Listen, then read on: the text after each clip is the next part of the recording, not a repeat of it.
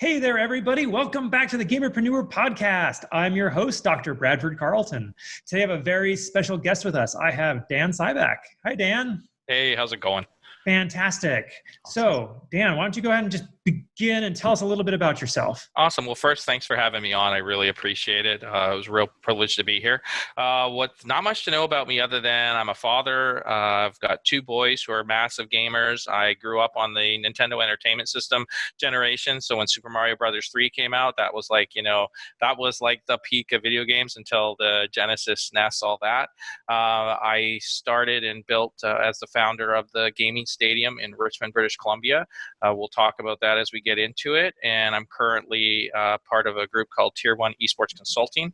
Our group is currently in a project that we're going to talk about later on too. And again, it's esports, obviously esports centered. That is fantastic. All right. So before we get into all that, I start every interview with a single question, except for one interview. I totally forgot to do it. I was just so excited for that interview, but every other one. So on a scale of 1 to 10, 10 being the high, how weird are you, Dan? I'm an 8. And the reason I say that is, and this is really strange, but I really do like everything. Like, I love opera, but I also like heavy metal. I also like different movies, and I love life. And I think that's a big thing, is that there are so many wonderful things that people should be open-minded to. And of course, esports being part of that, there are so many different esports. So I'm weird in that I really do like anything. Like, if you're like, hey, let's go listen to Legend of Zelda soundtrack, I'm down. I love it. Like, I absolutely love that stuff. And then if you're to say to me, hey, we should go play ice hockey. Yep. I'm down for that. Let's do that. I love hockey. So, and I think that's just a tribute to how beautiful the world is. So. Okay, so I did not realize that enjoying life and enjoying all the various things out there made you weird. But okay. It does. It is weird because most people kind of focus on one thing, and I just really enjoy so many different things that I have been told that that's very strange and weird. So since you brought it up, what is your favorite Legend of Zelda soundtrack? Very good. It has to be Twilight Princess. And that's actually my favorite Zelda game. And I know that's really strange. And I know the animation really throws people off. But in terms of the actual story, I love the story. The story is almost impeccable. And I really would love to see them. I wish DLC had been out at that time, because I would love to have seen them expand on the story at that time. Absolutely. It was a really, interesting take kind of on the Link to the Past story in that version. Yeah, okay, absolutely. So I want to talk about you as a gamer before we really get into the business stuff, because this is the Gamerpreneur and gamer comes first. So here we are. So what led you to first play video games? Like, when did you start? Yeah, so my story really does go back to 85. I mean, I'm not a young guy like you guys are. I'm 46, and you are. But one of the things is the Nintendo Entertainment System, playing Mario. When we first talked, I mentioned about some of the accomplishments on some of the older games. But I can even go back to like the ColecoVision and the Atom, and your first keyboard typing, and then the typewriter for the ColecoVision Atom. And then just slowly progressing as I graduated through the Super Nintendo, getting married, buying a Nintendo 64.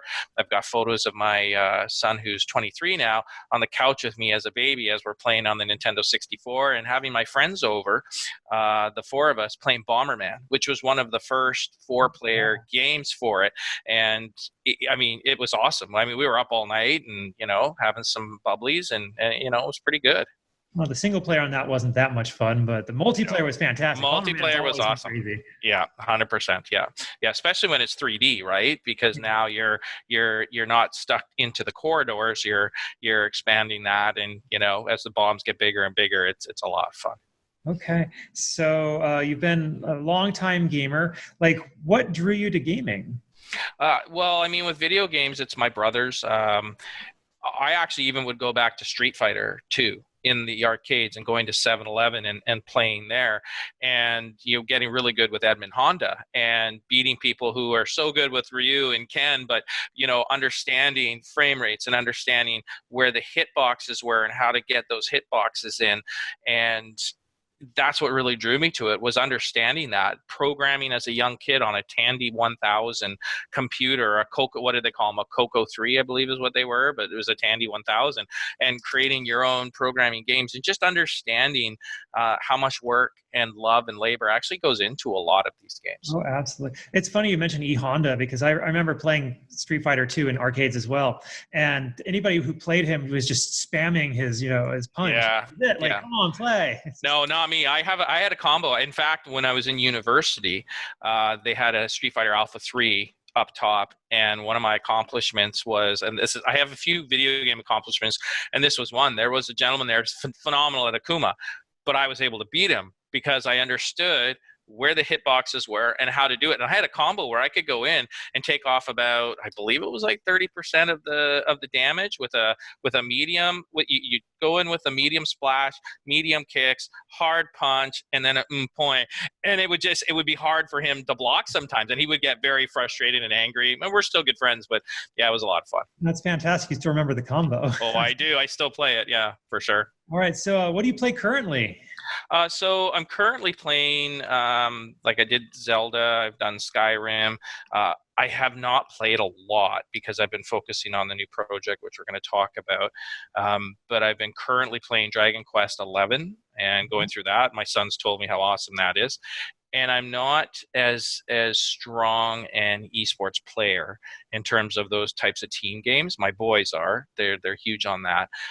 But I really enjoy Skyrim, really enjoy Legend of Zelda Breath of the Wild. I cannot wait for the DLC when that comes out. And, I'm looking forward to Metroid when the new Metroid comes out. And but role-playing games, going through quests, figuring things out, leveling up characters, what are the right weapons, like those are the games I love, because I grew up on that genre, playing role-playing games as well. Like, that's what I'm saying. I'm weird. There is like a litany of a resume behind my experience here. So so right now Dragon Quest 9 or 11 is the one that I've been playing, and I'm currently going through the tougher modes. And yeah, it's tough. It sucks. It's tough. That's fantastic you mentioned Skyrim, because I mean, it's a true testament to just how massive that game is that 8 years later you're still playing it. Oh yeah, I love it. And of course all the mods make a big difference. I mean, the mods are phenomenal. Yeah. And I still love Fallout. I know there's all the glitches, and I know a lot of people don't have faith in Bethesda, and they have every right to not have faith in Bethesda, honestly. But by the same token, I still love the games. They're still fun to play, and to be able to do things differently each time you play it, that's the beauty. That's when you know you've created a game. It's just that's a harder one to translate into either an esport, or a harder one to translate into into some sort of a watchable content, other than when you're streaming for how many days in a row. Absolutely. Okay. So now, kind of one of the trickiest questions I'm going to ask you today. What's your favorite game of all time? My favorite game of all time is Legend of Zelda. I love that game. Breath of the Wild. Okay. But right there with it is actually Chrono Trigger. And I love Chrono Trigger because, again, with Chrono Trigger, there are so many different options and so many different nuances that you can do with the game, and that's what I love about them. And I think that's why esports is so popular, in the sense that with the players and a lot of these games where you can customize what they can do, knowing those nuances, knowing what's going on and what you can do to be successful, that's what I loved about Chrono Trigger. So it was that, but Zelda Breath of the Wild is there. And then of course Skyrim. I love that game. You want to be a Jarl, you like building houses, you like buying things and putting them in. So yeah. That is fantastic. All right. So I'm right there with you on the Chrono Trigger. I think it's either my 1 or 2. Super Mario RPG holds that. Oh, that was a great game. It is. It's another thing my daughter lets me play. Oh, that's sweet. 2.5, almost 3. And she knows where the power button is on my console. So if I'm not playing Mario. Yeah. Come on. Yeah. Legend of the Seven Stars, right? Yes. Yeah. And it's beautiful. It's so perfectly quintessential Mario. Yeah. Every detail of it was Mario. It's just one of the best Mario games ever made. Yeah, totally. Couldn't agree more. So, all right, let's talk business. What do you do? Again, I started the gaming stadium. Quick bio on that is that I talked about my boys when we talked about this when they're 23 and 18 now. Back when they were 10 and 15, my 15-year-old was in a hockey academy and was doing really well in school, honor roll. There was a lot of things that they made him do, which were really good. My 10-year-old was bullied terribly. And, came home and we decided to homeschool him just because emotionally it was really hard for him. So they would play League of Legends. They love League of Legends, and their friends would come over. So we'd, make up a kind of a mock, game room downstairs for the five of them. But sometimes there was three, and they get paired up with people who weren't very good.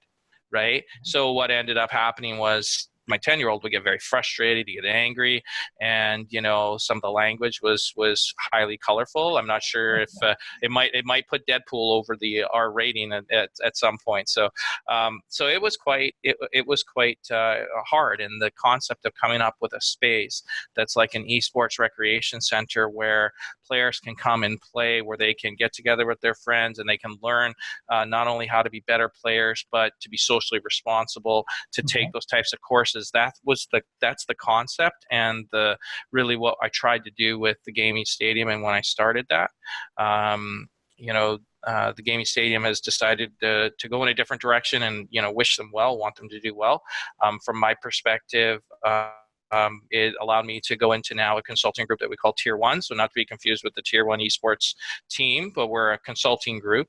And, I've had quite a few teams talk to me, what's going on in esports, how are things working? And so I'm currently working with my team to build an esports arena stadium in New York. And we're excited about it. We're this close to getting things together for it.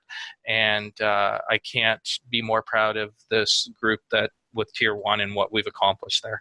That is so cool. And I'm going to want to learn everything about your new project here. Yeah. But I kind of want to know, how did you, you mentioned it was your boys who got you into it in the first place, but what was your background? Was this something that was even on the horizon? Yeah, that's a great question.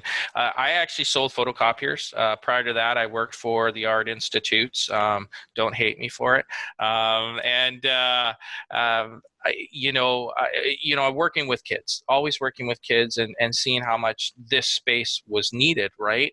And the reason is that, and this isn't a slight, it's just the reality. There are a lot of kids with attention deficit, ADD, autism, but they're good at games, really good at games. And in esports right now, you've got some kids that are 12, 13, 14 coming in, and they're being pros, they're streaming, they're making money. How do you compensate for that? How do you help a person to be socially responsible, continue in that field, and continue to be a productive member of society? Because we know that a huge development happens between that ages of 12 and probably 20, 21, where socially they're figuring life out, they're becoming adults. And if you're playing video games, a lot of the times, you can create a challenge. So I think a lot of organizations recognize this. It's been going on for 2 years. But what I'm really proud of is that, you're not the only one, and there's always going to be a need for it. We see high school classes starting to pop up everywhere. We're going to talk about the business side of what we have in place on our end. And the most important thing is just to help not only the gamers, but now a lot of esports organizations are starting to come up. And we're going to talk about that too, because there's more than just build a stadium and they will come. That doesn't work. We've seen it with LAN centers. A lot of LAN centers don't do well. You need to create something different, and I believe we know that we're doing that for sure. What's that magic sauce? The magic sauce is it's like a rec center, right? So you go to the rec center, and I can either go to the gym, and then afterwards I can hit a sauna, or I can join a class, right? I can join a workout, fitness. There's so many different things I can do, because not everybody goes there to swim. Not everybody goes there to work out, but you need to have a space where people can accomplish that. So to have a space where an individual like yourself, say you're in New York, and you're like, I want to kind of build my brand, we can provide not only the streaming space for you to stream but we can help you create content and help you to have a space that you don't have to go out and spend thousands and thousands of dollars now, we can provide that for you, and you can build your brand and work that way. The advantage to doing that is it helps people get a good start. But more importantly, what this space will do is, and we're going to identify these, but if I'm an organization, right, if I'm building my organization, I've gotten an investment for $250,000, $300,000, we're getting started. You can work with other organizations that are in the same boat as you, identify a game that makes a lot of sense, and now you have a space instead of renting. And it's no offense to renting a hotel, but renting a hotel, renting the production materials, like I've ran 6 events now, and a lot of volunteer hours go into that, which is awesome. So the communities are so tight knit and well done. To be able to have that in one spot to do this, though, to book that ahead of time, and to be able to just put on a professional production right away for an organization, that's huge.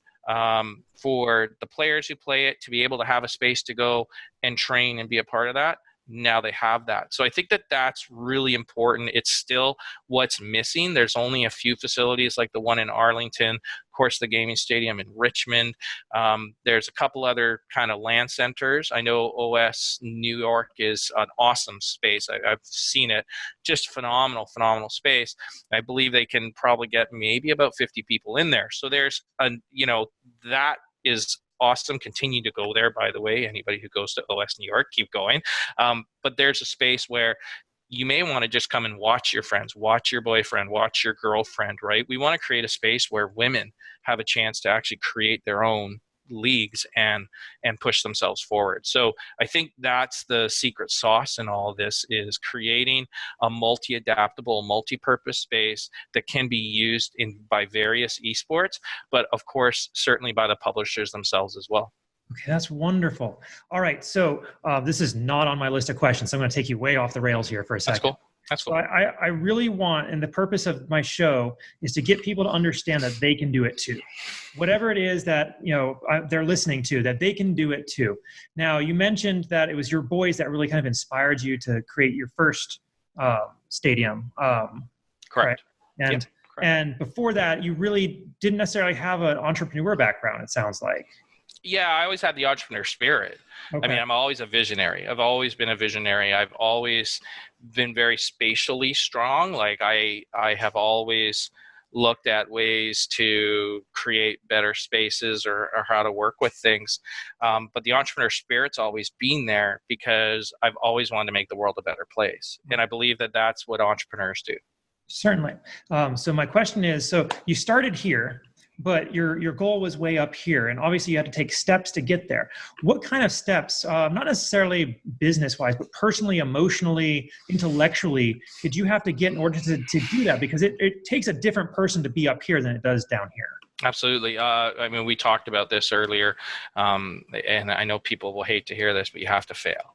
You literally have to fail. You're not going to learn if you don't fail. If can you imagine, and no offense, but even some of the best players in whatever sports they're in the world, they failed at some point in their lives, and they make decisions. You own them, and you own them when you're at this level. And even if you get here and you get knocked down, you still own those. And you have to learn from your failures, build on your successes, and continue to surround yourself with people smarter than you. So even if you're by yourself and you're building your brand or whatever you're doing, still associate yourself with people smarter than you and listen to them. And don't be afraid to say, I was wrong. And I pride is one of the biggest things that is a challenge. And I love your question, because at no point in history in America, in Canada, in Europe, have there been more entrepreneurs in the world than there are right now. And, you just don't be afraid to fail. Don't be afraid to go after that and make the sacrifices necessary. That is beautiful advice. It's advice nearly every guest I've had on here has given. It's advice I give all the time. It's the truth. Yeah. And it's got to get beat through people's heads enough times so they finally believe it. Yeah. Well, I use this, and it's not, I mean, I'm a big wrestling fan too. That's what I'm saying. I'm weird. I really love everything. A big wrestling fan. In my opinion, the best wrestler ever is Dwayne Johnson, The Rock. And the one thing that Dwayne Johnson said, and I agree with him, is the best advice he ever got from his father, passed away. Be the hardest worker, be humble, and be hungry. And those three things, but never stop being those three things. So never stop being hungry, never stop being humble, and never stop being the hardest worker, because those three things are the key to success. Is that when you fail, you pick yourself back up, you put your big boy pants on, as one of my partners tells me, and you keep pushing through. And like, I love the gaming stadium, and that was it was really hard on me. It was really hard, and they're great people. I wish them nothing but success. And but by the same token, it was a great opportunity to grow and take myself and what I want to do in my vision to the next level. Can you explain what your vision is? Because you've already accomplished, you did what you set out to do. Why are you doing it again? I think I'm doing it again because I believe that there's a piece of the pie that's really missing, and I believe that is for publishers and for organizations who, and we know this, we talked about this, for publishers. It's an advertising tool. They spend millions of dollars. I believe Fortnite, it cost them, I believe, close to $50 million to get Arthur Ashe put that whole piece together. It's costly, right? To have a space that they can take advantage of and not have to put those costs out, right? There are other great companies that have the same vision as me. Don't get me wrong. There are other companies that are trying to do this too. We just know that, and then when I say we, my team, but I just know that TGS was a good experience. That, like I said, that group, wanted to go in a different direction, and you never stop someone from pushing what they want to pursue. But I knew how I wanted to take it. And to be perfectly honest, New York is like the perfect space to do this in. People always call it too expensive.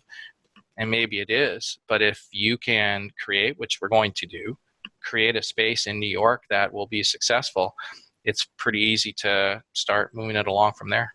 Okay. So what would you say has been the hardest realization you've had to make while doing these businesses?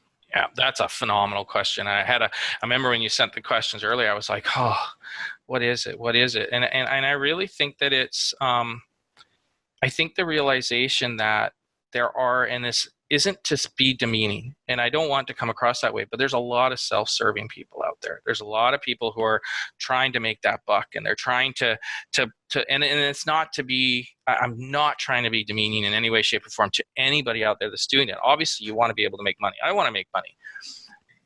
I just find that hard on a business level, because to accomplish the goals of a business, you can't be self-serving. The business has to be the focus, right? And the team has to be a part of that. The business, okay, so the business is a focus, but if you have your team, even if you're a one-man team, your team still has to be in agreement and get to where you're going. And as soon as you either, in any situation, either isolate or, we're going to change direction, there's a reason that people invested and believed in you in the first place.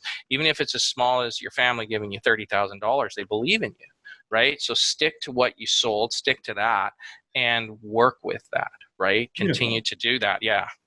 Okay. Now, on the flip side of the coin, because people don't usually ask about the easy stuff, what was the thing that was most surprisingly easy to you? And this was not in the question, so no point in looking for it. Yeah. The easiest thing to me was how good the community was. Like the esports community compared to a lot of other business communities. Like I started an app and that failed. Learn from your failures.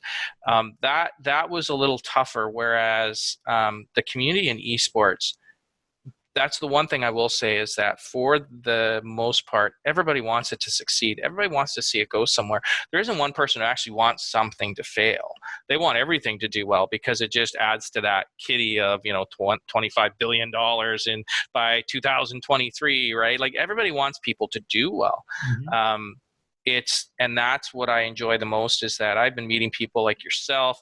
I've been meeting so many individuals. I connected with the current commissioner of the Call of Duty League, and they're just beautiful people. Like, just they want everybody to succeed, and I think that has been the nicest and really the most pleasant thing about this. So if people are kind of like, oh, I don't know if I should reach out, reach out. Like, if there's one piece of advice I can give anybody who's, even if it's like, I want to start a stream, start reaching out, because people want you to succeed and the community wants you to succeed. And you'd be surprised at how many people will latch on to what you're trying to do. What do I ask for? Say I'm a newbie, I'm just starting out, maybe a streamer. What do I ask for when I start reaching out? Yeah, that's a great question. I would learn as much as you can. Why are you interested in stream? Like, if you're going to talk to sponsors, why are you interested in streamers? What is it that you would need to work with me? What games interest you? Talk to your friends who are going to help push you. Talk to people that you know in certain areas. What games do you like? What games do you like me talking about? There's a reason that Ninja, and I know he's the extreme example, he is, but he really latched on to Fortnite, and that really connected with a lot of players who enjoyed the game. So even if it's a smaller game, like, and we talk about, I actually love to talk about, and I know this sounds bad, but I love Vinny Vinesauce from New York. I love his stuff, because what happens is people send him corrupted games, and he plays them, and they're so weird and eccentric that they're so fun to watch, and his reactions. But that's where you have to find that space. So don't be afraid to reach out and ask, what can I do? How can I make my stream better? What do I need to do to get better? And through that process, you'll find that there'll be more successes than failures. Certainly. And that all applies on the business side as well. So 100%. Yeah. Basically what I've done on LinkedIn, I went from 92 connections to over 1,000 now in 3 months. Yeah, 100%. And in this last month and a half, my LinkedIn not just my profile, but exactly what you talked, contacts has expanded. And again, just everybody, like, how can I help you, Dan? What can I do? What can I do to help you get to where you want to be? It's actually very humbling that people, want to do that. It's fantastic is what it is. Yeah. Okay. So Dan, what makes you special? What special skills do you have that have gotten you here? I'm a visionary. We talked about it earlier, but I really am a visionary, and I believe in people. And so with the team that we've working on this facility in New York, I trust them to do their job. I trust them to be in that position to do that. And, to be honest with me, if they think I'm not doing something, tell me. Don't not tell me and start doing things your own way and work with me, because at the end of the day, I am responsible for what's going to happen. So as long as I know what's going on, I can help make it a success. And at the end of the day, it does become a success, right? Wonderful. Yeah. Okay. This is kind of a negative question. I wasn't sure I was going to ask it, but I'm already halfway there. So let's go for it. You say you're trusting of people. Has that ever bit you in the butt? I would say absolutely. I mean, I think it's happened to everybody. So it's really hard to sit there and say that's a negative. But of course it has, right? And so the best thing you can do is, I mean, one of my other skill sets, I'll go back just one of my other skill sets is I can read people a mile away. And within the first, and I know this, the only thing I don't want to call it bragging, but it's the only thing that I can honestly say is important. Like, I can read people within 2 minutes. I already know what's going on with their demeanors and how they're talking to me. It's unfortunately some sort of genetic trait. I don't know where I picked it up from. But by reading people, you know when people are going to do something to you. Sometimes there's nothing you can do. You ride the wave. It's the best that it can be. On the other side of it, what you want to do is help people to see where you're going. And again, don't be too proud to admit when you're wrong. So if you're making a mistake and they're telling you and you can read it in them, then make that change. But yeah, it's bit me in the butt a few times. Man, I wish I had that special gene, because I've wasted a year here with this partner. I blew $65,000 on this one partner who did nothing. Like, yeah. Well, and the thing about a lot of that is that, I mean, I don't know why, but I tried really hard to work through a couple things. Like, tried so hard to work with them, but when they're not willing to work with you and you don't have the ability to make it work, at what point do you sit there and say, you know what, it's just time to move on? So that's happened in a couple instances, but it's going to happen again. I think, like, I don't know about this one, but we'll talk about it when I get to my goals, but that's just, at least it's something I can prepare myself for. Okay. So tell me about tier 1. Yeah, it's so tier one. When I left TGS, we started tier one consulting. We've been helping some esports organizations. We've been helping some other esports businesses kind of learn the landscape. And when we talked, recognizing the trends, especially in investing, is a crazy one because this, I know this. Everyone we talk to, it's the Wild West out there, and it literally is the Wild West. And companies, it's one of those things where all we've tried to do in our consulting, whether it's through helping people with the blockchain, helping people with the software, helping an organization to kind of understand where they might fit into a puzzle, our goal with tier one is to help these individuals be as profitable, productive as they possibly can within what's going on in esports. Again, I'll use the example of an organization. You need to understand that there's not a lot of revenue to be made right away. You're spending a lot of money to get to your players and get them to tournaments, and your goal is obviously worldwide viewership and building up your brand. And 100 Thieves is a perfect example of building the brand to a point where now they've got this beautiful facility in California, and it's to help train and build their brand up, which is awesome. I mean, that to me is spectacular. Not a lot of organizations have those dollars, though. A lot of organizations are struggling for funds. So, we want to step in and help them understand the landscape and understand what's available to them to help them get to where they want to go. Okay. And why did you decide to start that? I wanted to start it because of my experience in the 2 years of building TGS and what I had learned. I went to Toronto and did gave a presentation. I was bumped from, I think, a 10 a.m. all the way back actually to like a 3 o'clock. And my first words I said is, I don't think a lot of you are going to like what I have to say about esports, but everything I've said has come true. Like literally everything I said last year has come true over the last year. And it's not because I'm smart. It's that because it's the Wild West, there are trends and there are things that are happening in esports that have correlated to other businesses. And so investors are being far more savvy with their dollars. They're being far more, what's the right word? Deliberate as well. They're only going to do a specific amount, and here's what they want to do. And that's a really good thing compared to some of the other instances that have popped up over the last few years prior to this, right? So I think that that's really important to help investors, young entrepreneurs, people who want to start esports organizations. You need to understand the landscape, and you need to figure out where it's going to go ahead of time, which is what I think we're at right now with our esports arena in New York, where it's going to go ahead of time to make sure that you can take advantage of it. Okay. Did you want to speak more to your esports arena? I do, absolutely. So, we're getting ready to announce and press releases and such. Our arena is going to be in New York. It's not a large facility, but it's a facility that will be like a workspace. I know that there are other companies that are looking at, like Atari, looking at hotels and that. Wish them well and everything. Our goal is to be a space, like I had mentioned earlier, but now say a publisher wants to launch a game. Again, the cost of renting a hotel space and putting the equipment and everything in, it's quite large. To have that ready to go for them and to start with a nice size, but still give that atmosphere, we can do that. We can accommodate 250, where the space itself is zoned for about 940 people. So obviously we don't need to put that many people in there, but we can create a large enough space to give that atmosphere and create a workspace where publishers can come and test their games or test their audiences, have a stream, create an atmosphere right from the get-go versus starting out in a hotel and relying on a community to bring things in, or to have to raise a ton of money. And again, for an esports organization, it's a great opportunity for them to collaborate together and say, hey, you know what, let's put an event on together. Here's the game. We're going to do this. And now we have the space that can accommodate that.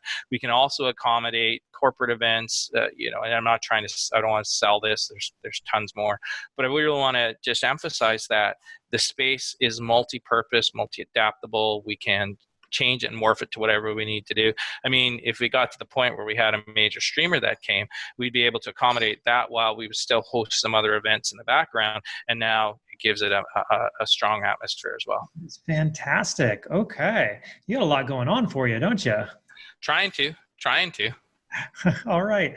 So you mentioned before reaching out to people as kind of like the means of growing. Yeah. What other resources are you using though in order to be successful? Yeah, great question. Discord obviously is a big one.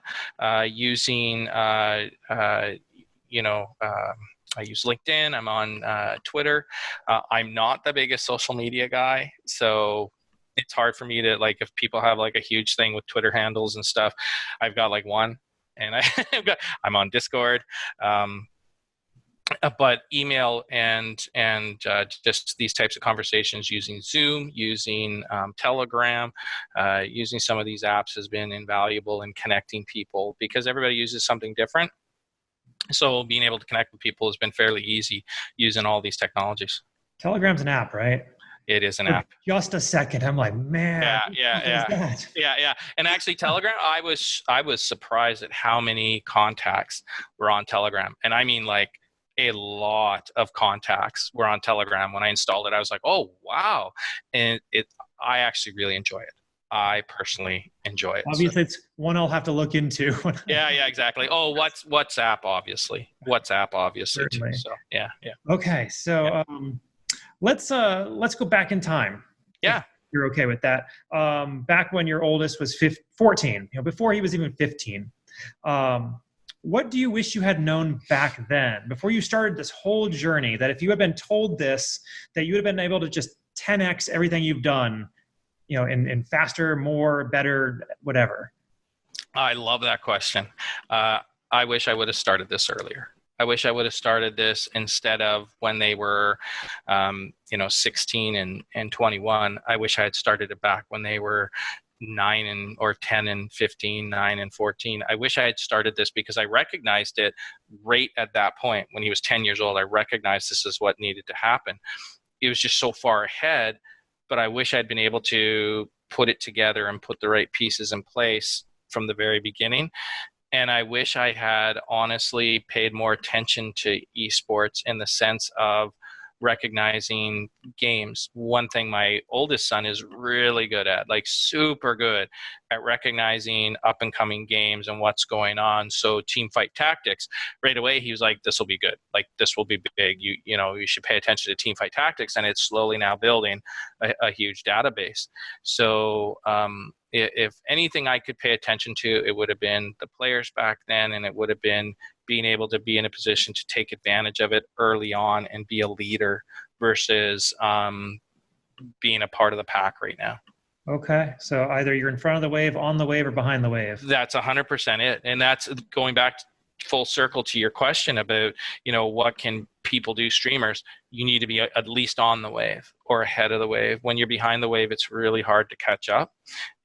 But it's easy to get onto the wave once you're there, and to stay with that wave. Again, waves aren't consistent. And so you have to be able to ride it the right way and make sure that you're still moving forward. Fantastic. Okay. So say someone wants to get into consulting like you, or maybe build their own esports arena. What advice would you have for them? I'd say don't build one in New York. I'm totally joking. Totally joking on that. I would definitely say that you surround yourself with a good team, no matter what it is, and be aware, always be learning, always be on top of it. So it goes back to that hardest working comment.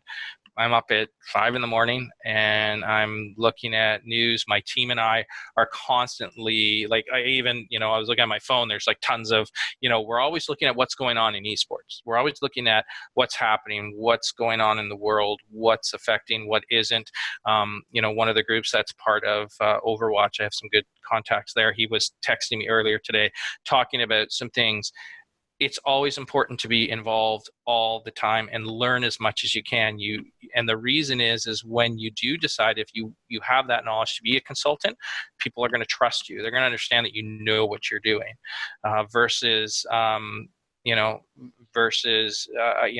kind of know what I'm doing. And I'll be honest, this is a good one for people who want to be consultants. A lot of people aren't going to like what you have to say, because because a lot of people are looking for their truth to be affirmed. They don't want to be told the actual truth. They want you to tell them what they want to hear. And I think that has been good and bad for me, because I had a client where I told them the truth. They didn't like it. They didn't like that at all. But what I said came true, and it's helped them. They actually adapted because of it. I absolutely agree. I would say 80% of the time my clients don't do what I tell them to, until either it bites them in the butt because they didn't, or until somebody else says they should do it too. And they're like, oh, maybe I should have after all. Yeah, 100%. But and again, it's when I talk about, you want to stay on your vision, that doesn't mean that when you get, so let's say, again, I start an esports organization. Great. So I come to you and hey, Bradford, what could I do? So you start telling me things that I don't like. I can either accept those and go down my path, or I can sit there and say, well, he has been doing this for X amount of years. He does know a few investors, and he knows a lot of people in esports, and he's kind of been connected. I think there's probably some truth to what he's saying. Maybe we should look into it more. And then you'd be surprised at how not just adaptable your business and what you can be as an entrepreneur, but how much more successful you will be. Okay. Fantastic advice. Now, previously, before we had that little dialogue there, you had mentioned having a good team as kind of one of the factors of success. Yeah. What goes into a good team? Like, is it the individuals? Is it roles? I mean, what's your perspective on that? Yeah, that's again, those are great questions. I love these questions. This is awesome. The number one is trust. You have to have trust in the people that you're working with. And I do think it goes to roles. And the reason is that if you go to a consulting firm, it's not like you can just pick any consultant, right? If you're asking for something very specific, they're going to give you to someone specific. So to really dumb it down, I go to a litigation lawyer because I want to litigate. Well, I'm trying to divorce my wife. Oh, well, I'm a litigation lawyer. Well, that's okay. You're a lawyer. Go ahead and do this for me. He's not going to take the case. He's not going to do it. So the same token, in those roles where you have individuals with my team, Ian Stevens, he has helped start up a ton of businesses. He helps with operations, policies. He knows how that runs. That's the guy who's helping with that portion of this.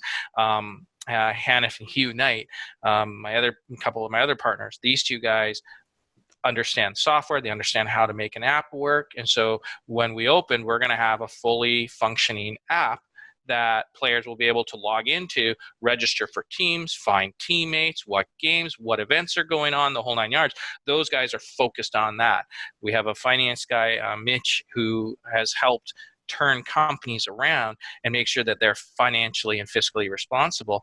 And of course, on the business development side with myself and Hannif having started his own business, we're also helping with that so that when teams, organizations come to this space, we can help them to do exactly what you're saying. So having trust in what they're doing, and yes, being focused is really important, because if you start going all over and we hire someone for a role and we decide we're going to hire him for XYZ, and then we halfway through say, well, no, we want you to go to ABC. Well, what chance is there for that person to succeed? Right. Or what if you hire someone and they're like, well, I don't really want to do the role that you hired me for. I want to move into this.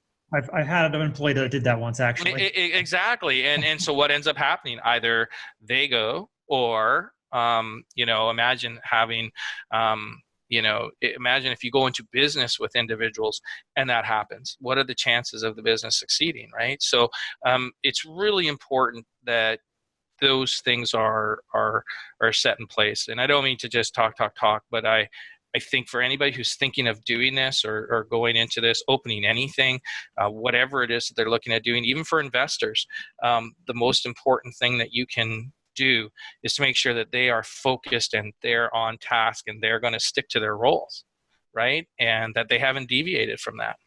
Absolutely wonderful. Thank you, Dan. Now, if I can, I would like to humble you for a second. Go for it. Okay. So you've kind of talked about some of the ups and downs of the business cycle and how it's been going for you. But I really want to know, because I want everybody to understand that just because you've had success doesn't mean you've also had miserable failures. So what would you say is like the biggest failure you've ever had was? To be perfectly honest, and I don't want it to sound bad, but not being able to having to go in a different direction. what I wanted to do. I had full intentions of being involved in and continuing to be the lead on the gaming stadium, and it just didn't work out that way, and it haunts me. But it's a driver too. It's like, okay, don't make those mistakes again. Don't do the things that created those challenges, and make sure that people. I don't have a problem talking about it in the sense of I can take ownership. I'm a big boy. It's nobody's fault but mine. Okay. I can't stress that enough. It is my fault. So take ownership, and again, that's what drives me to make sure that this will succeed.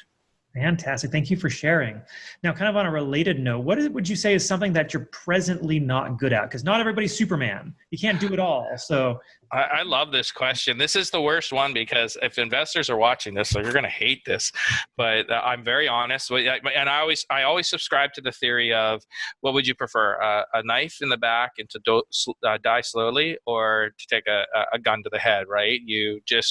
This is what it is. I'm terrible organized, like as an organizer, as someone who's good at making sure things are organized, and I put it in timelines, and I got it in my calendar and all that. And I'm not good at that. I've never been good at that. It's probably a little bit of attention deficit, which probably adds to that. And probably has to do with, I just like to get things done.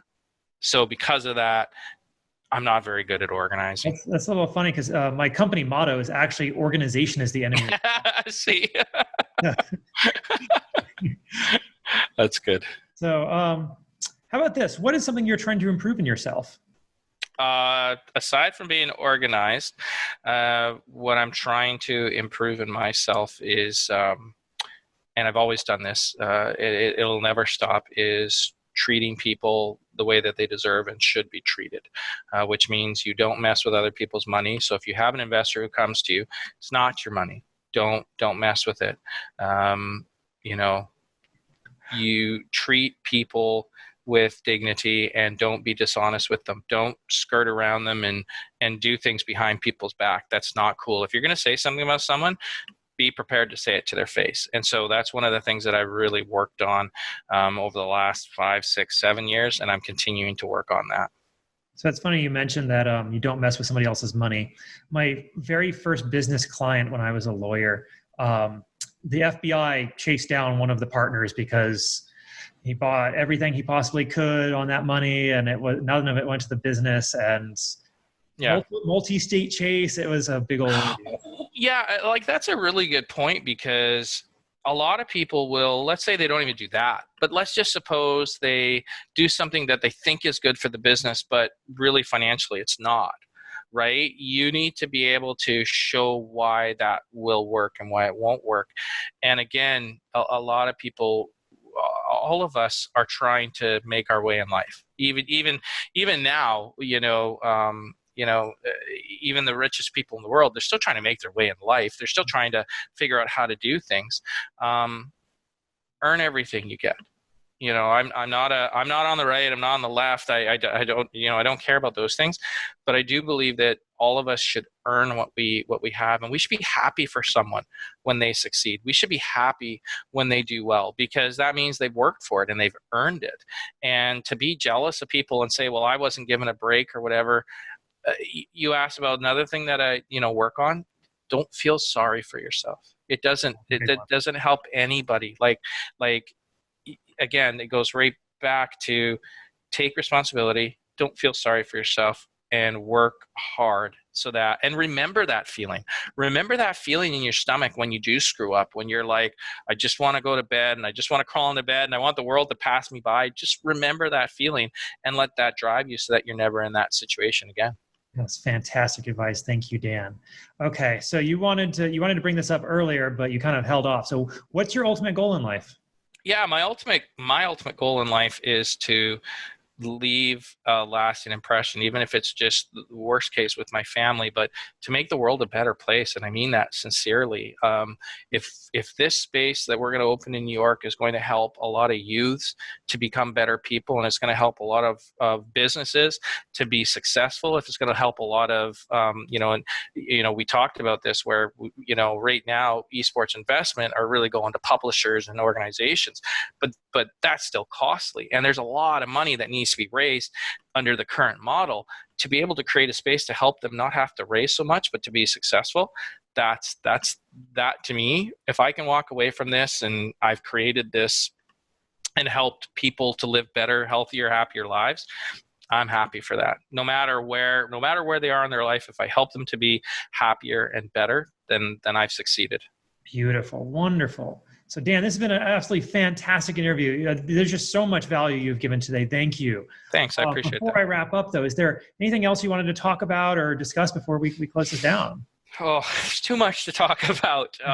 The only thing I want to say is, and I've always said this, but to anyone I've ever hurt, I always apologize. To anyone who's ever had faith in me, thank you. And the most important thing is for anybody who does look at this and wants to get in contact with me, my Twitter handle is at biggest Nuck fan, NUCKFAN, biggest Nuck. I'm Canucks fan. So at biggest Nuck fan on Twitter. You can find me on LinkedIn under my name, Dan Cybak. I'm happy to talk. I'm happy to help. For all those people out there, don't sell yourself short. Don't give away everything. Don't give away things for free. You're valuable. Everybody's valuable. Everyone has value. You have value. The world is a better place with you in it. And if you can help companies or you can help people be better, you're making the world a better place. So that is glorious, Dan. That's some of the best advice I've ever heard right there. Thank you so much. No problem. All right. Well, Dan, thank you again. Everybody go back and listen to this one again, because there's just so much here he gave, and take notes. Contact Dan because he's got so much information. Like, I think I spent an hour on the phone with you the other day. We were expecting like a 15-minute phone call and just went a full hour. So I mean, it was awesome. I appreciate you having me on. Like, it's a real privilege. And for anybody who is listening, reach out to Bradford as well. This guy, there's a reason that he's in the situation he's in, and he can offer you advice that I certainly can't in some spaces. So definitely, my phone's open, my Twitter's open, my LinkedIn's open. Reach out. Happy to help. Thank you so much, Dan. All right. On that note, I'm going to say, Gamerpreneurs, you all take it easy. Hey, if you like this podcast, I'd love to invite you to check out a little bit more about me, Dr. Bradford Carlton, Gamerpreneur. If you go to my website, www.thegamerpreneur.com/bonus, I'm going to give you a free copy of my book, The Warcraft of Business, where I explain my history in both gaming and business and how I brought the two together in order to create some very successful companies and help a lot of people. And all you got to do is pay for shipping and processing, and I'll send you this book. I absolutely know you're going to love it. All right, you all take it easy.